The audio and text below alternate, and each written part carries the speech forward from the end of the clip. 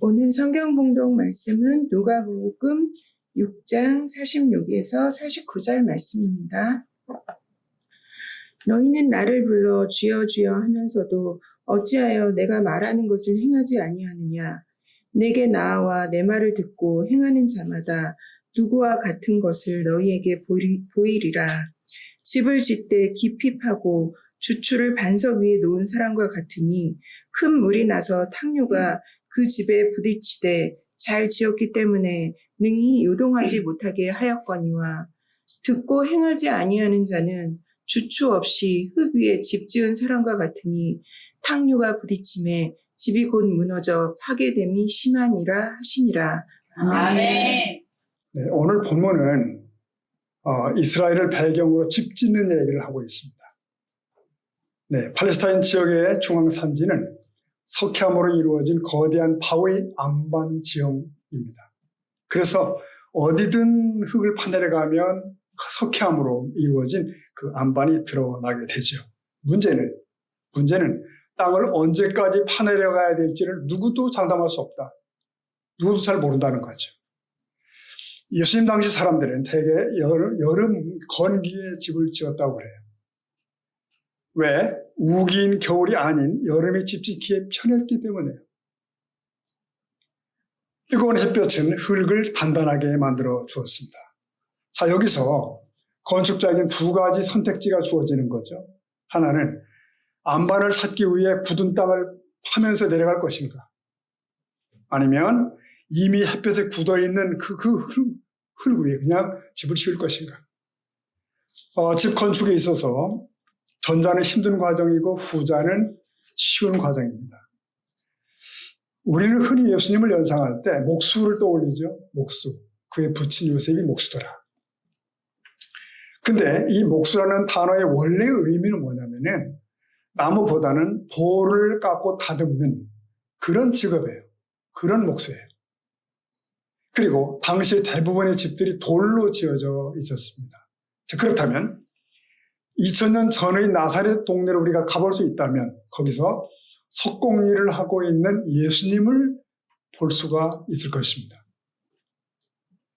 많은 건물을 지으면서 목수 예수님은 두 종류의 사람들을 보신 거죠. 한쪽은 시간과 비용을 들여서 땅을 파내고 반석 위에 주초를 놓는 그런 사람들, 다른 쪽에는 우선 굳은 땅 위에 집을 지어달라고 재촉하는 그런 사람들. 공생애에 나선 예수님은 따라오는 무리들 앞에서 잠시 회상을 하신 후에 입을 여십니다. 본문이죠. 6장 46절 우리 같이 읽어보겠습니다. 시작. 너희는 나를 불러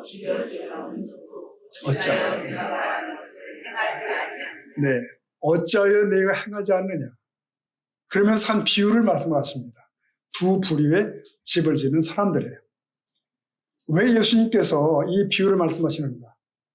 본문 누가복음의 집을 짓는 비유는 마태복음에도 동일하게 나와 있습니다. 이를 병행구라고 그러죠. 병행구. 예수께서는 이 산상수훈의 중요한 교훈을 지금 마치시는 거예요. 그리고 마무리 부분에서 이 말씀을 하신 겁니다. 왜 그러셨을까요? 이 귀중한 말씀을 하셨는데 그런 다음에 이렇게 다짐을 하시는 겁니다. 너희가 이 말씀을 듣는 것으로 그치면 어떡하냐? 너희가 말씀을 좀 행해야 되지 않겠는가? 그래서 이렇게 다짐하시는 거예요. 너희는 나를 주여 주여 하면서도 어찌 내가 말하는 걸 행치 않는가? 여러분들이 지금 이 주님의 어떤 그 안타까움이 느껴지시나요? 내가 이렇게 너희에게 얘기했는데 너희가 행하지 않는다면 어떡하느냐? 아주 기본적인 신앙 자세에 대해서 우리에게 묻고 계신 겁니다. 우리들이 하나님의 말씀을 듣는 것이 그냥 치레가 되고 액세서리가 되어서는 안 된다라고 말씀을 하시는 겁니다. 자, 병행 구절인 마태복음으로 가보도록 하겠습니다. 마태 7장 24절입니다. 읽어봅니다. 시작. 그러므로 누구든지 지혜로운 사람, 네, 여기 말씀을 듣고 행하는 자가 나오고요. 그는 반석 위에 집 짓는 지혜자랍니다. 반석 위에 집을 짓는다는 것은 어떤 의미일까요? 주님은 설명하는 겁니다. 지금 말씀을 듣고 그걸 행할 때 그것이 반석 위에 집을 짓는 거다.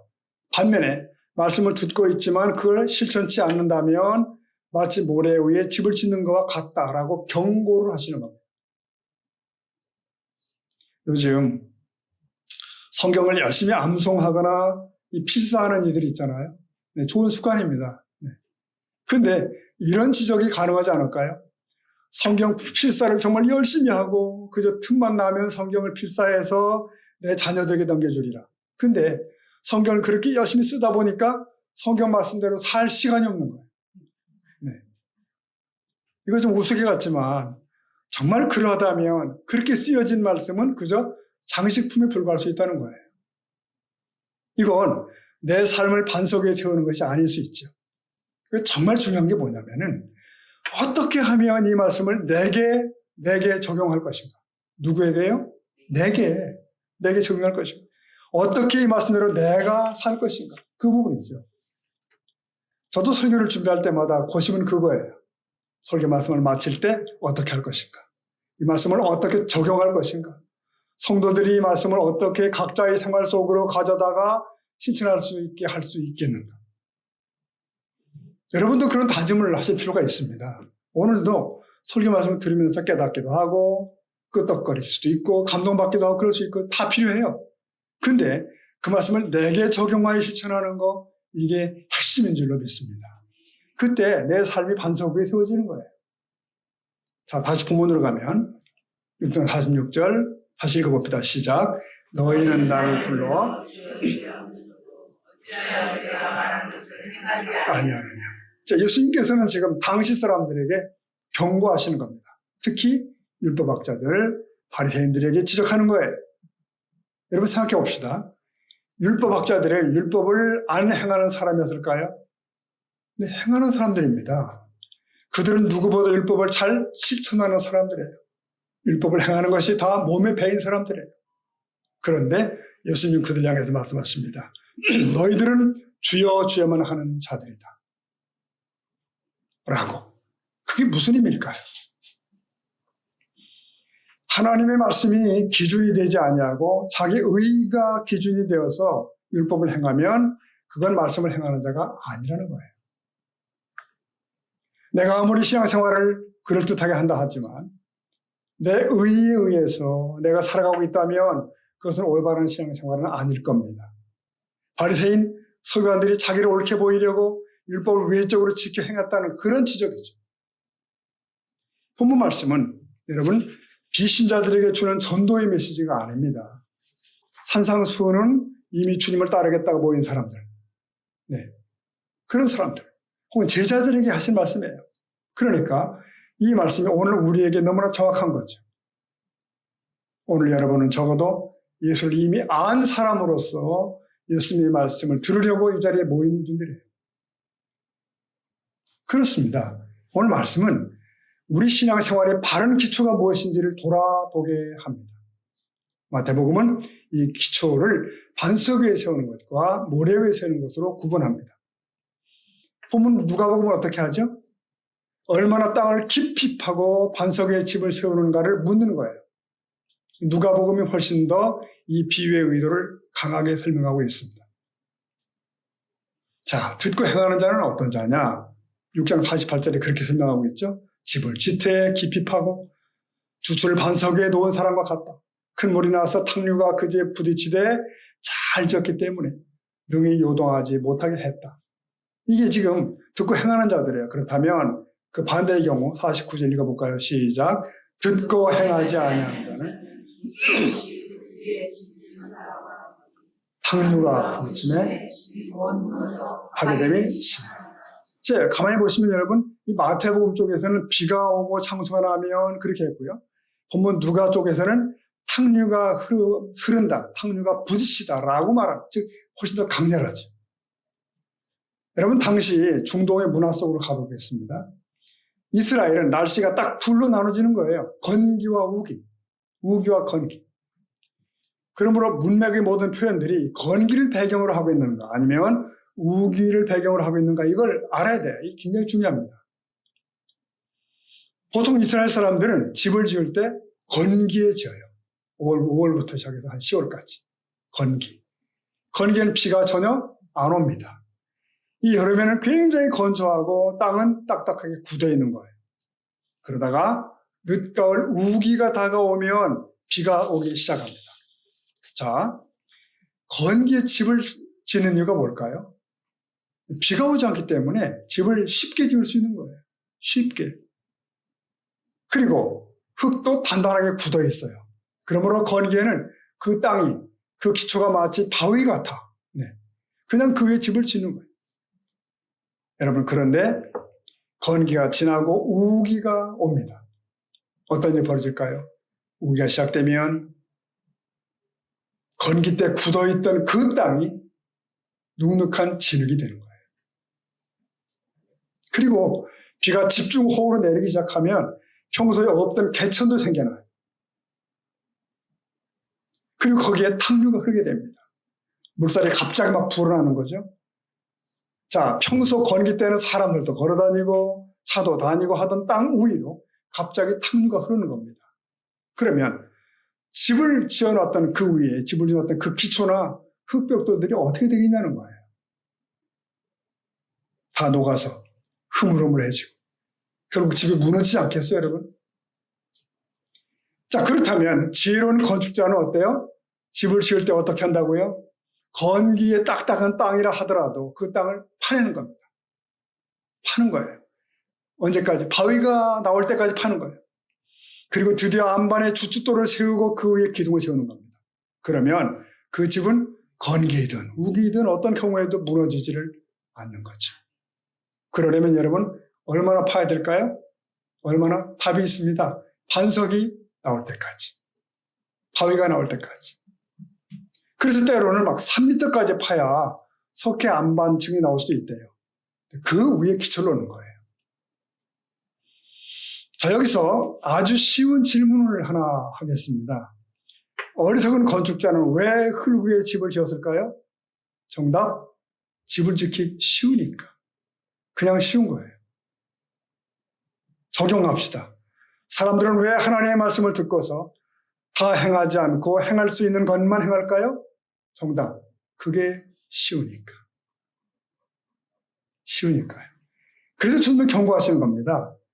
이렇게 쉽게 신앙생활을 하면 마치 모래 위에 집 짓는 것과 같아. 그냥 흙 위에 집을 짓는 것과 같다는 것입니다. 네. 다시 정리해 보겠습니다.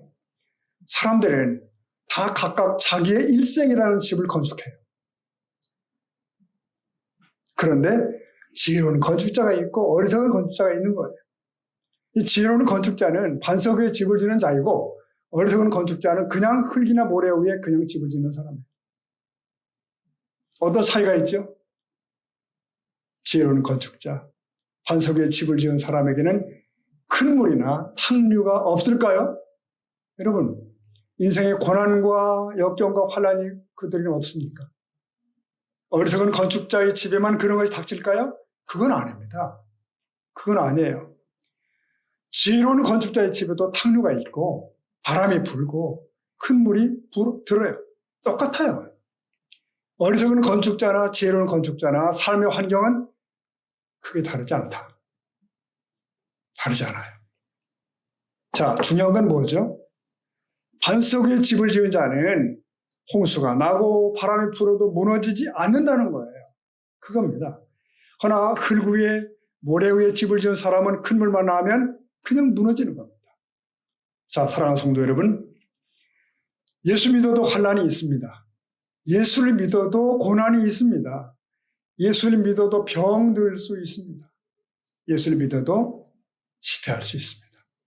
근데 신기한 것은 믿음의 사람은 똑같이 어려움을 당하는데도 무너지지 않습니다. 네, 결코 무너지지 않는 거예요.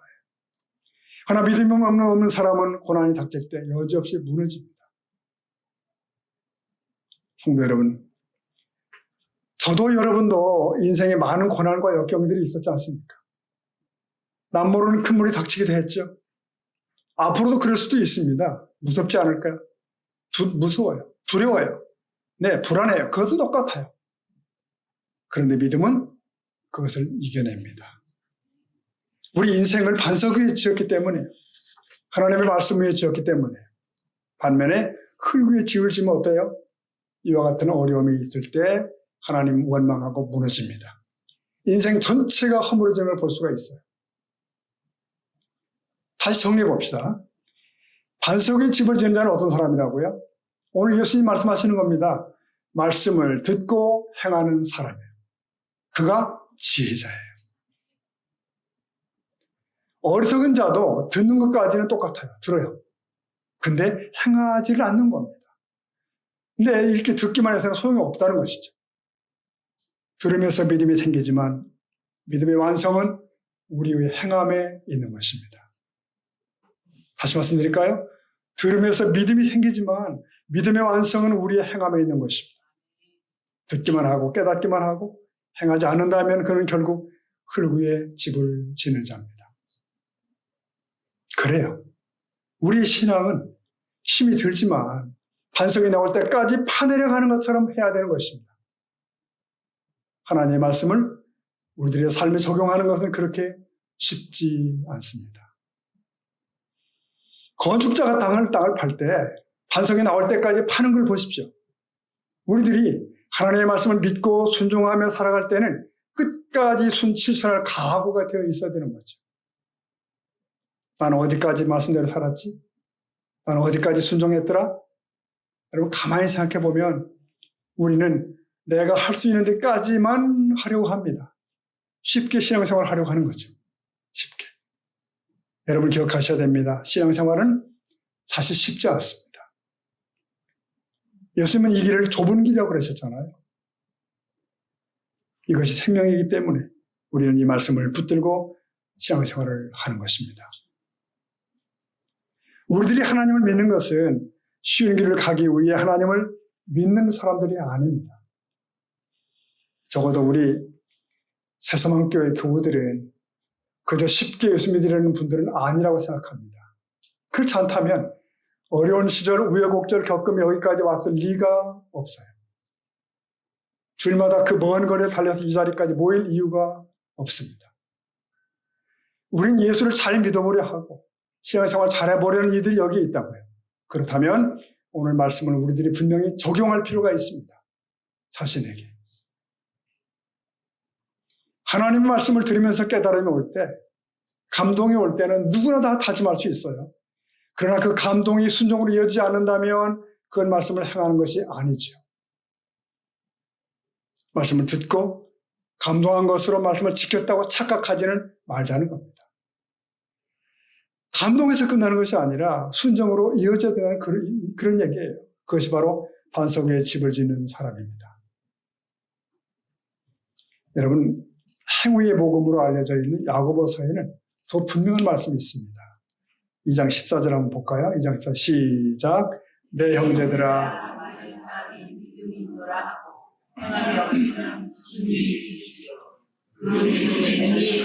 구원하게. 네. 구원은 오직 믿음으로 이루어지지만 진정한 믿음은 자연스럽게 선한 행동으로 나타난다. 그런 얘기예요. 행함 없는 믿음은 무엇을 의미하나? 야고보에 따르면 행함 없는 믿음은 죽은 믿음이래요. 그러니까 진정한 믿음은 행동으로 드러나야 한다는 그런 말씀이죠. 여러분, 내 믿음이 진짜인지 어떻게 알 수 있을까요?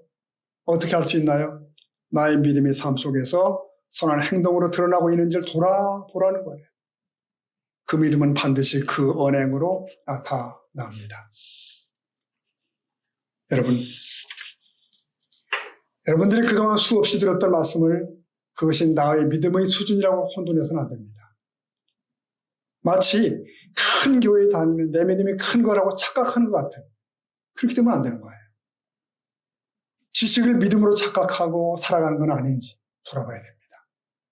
나 성경 몇 독했어? 나 제자 훈련도 받았어? 나 성경 좀 알지? 근데 그게 우리에게 액세서리가 되어버릴 수 있다니까요. 우리들에게 계속 장식으로 쌓여져 가는 거예요. 그건 반석이 없는 곳에 우리의 인생을 세우는 것과 같은 겁니다. 말씀을 성경 공부 때만 사용하고 삶으로 가져오지 않으면 어떻게 될까요? 주티도를 생각하고 집을 지은 미련한 목수와 같습니다. 강물이 불어 집에 들어닥치면 맥없이 무너지고 말 거예요. 자, 그러면 여러분, 말씀을 실천한 자가 얻는 유익이 뭔가? 뭘까요?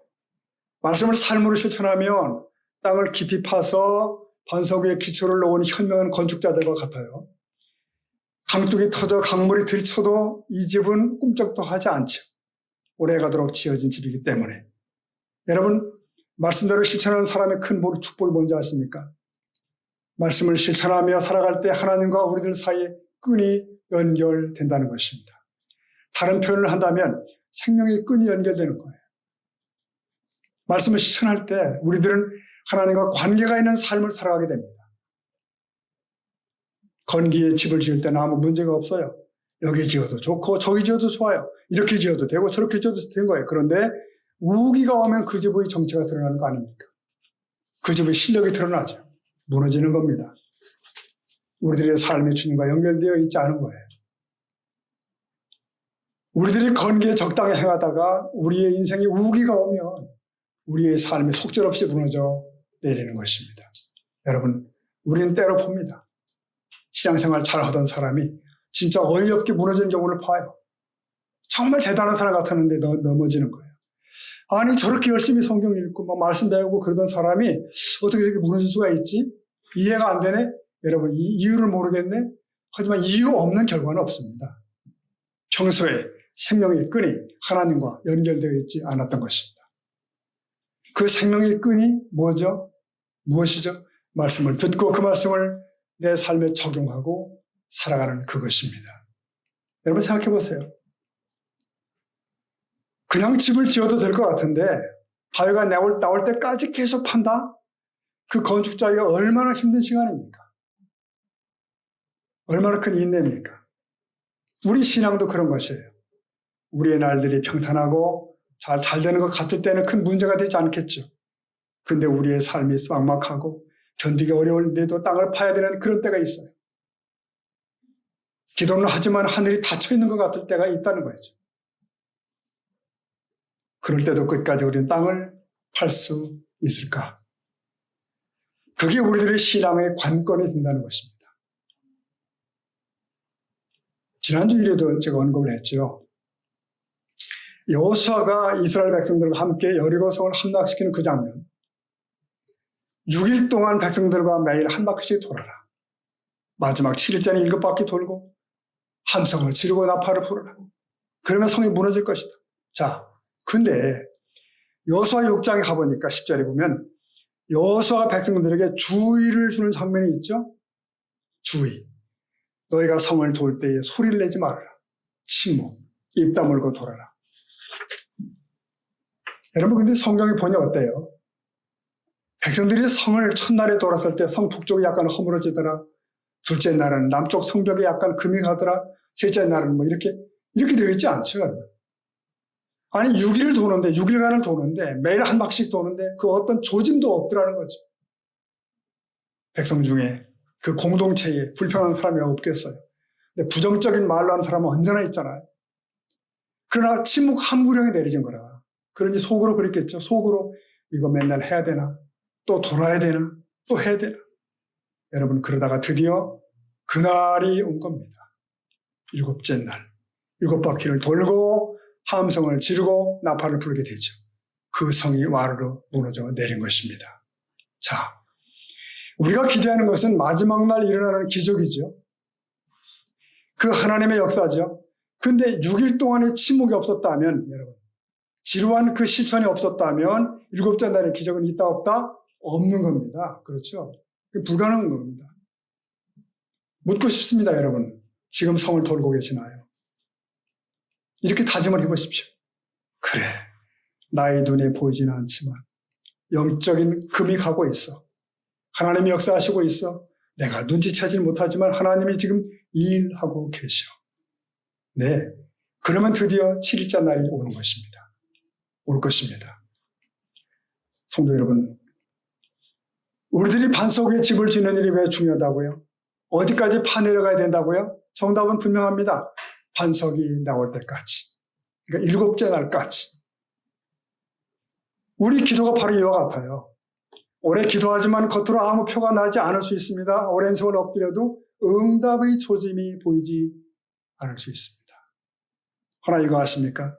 속에서 조금씩 금이 가고 있어요. 네. 이걸 믿어야 됩니다. 계속 엎드리면 계속 금이 가는 거예요. 기도의 응답이 실제로 다가오는 것입니다. 그러므로 낙심하지 말고 포기하지 말고 계속 엎드려야 될 줄로 믿습니다. 자, 성도 여러분, 오늘 말씀을 듣는 여러분 가운데 지금 바로 그 과정을 지나가고 있는 분이 있을 수 있어요. 하나님, 이거 너무 힘들고 지겨운 과정이에요. 이거 언제까지 봐야죠? 이건 정말 아무도 알아주지 않아요. 내가 언제까지 견뎌야 되죠? 오늘 말씀을 적용하면 어떻게 답이 나오나요? 반석이 나올 때까지 견뎌라.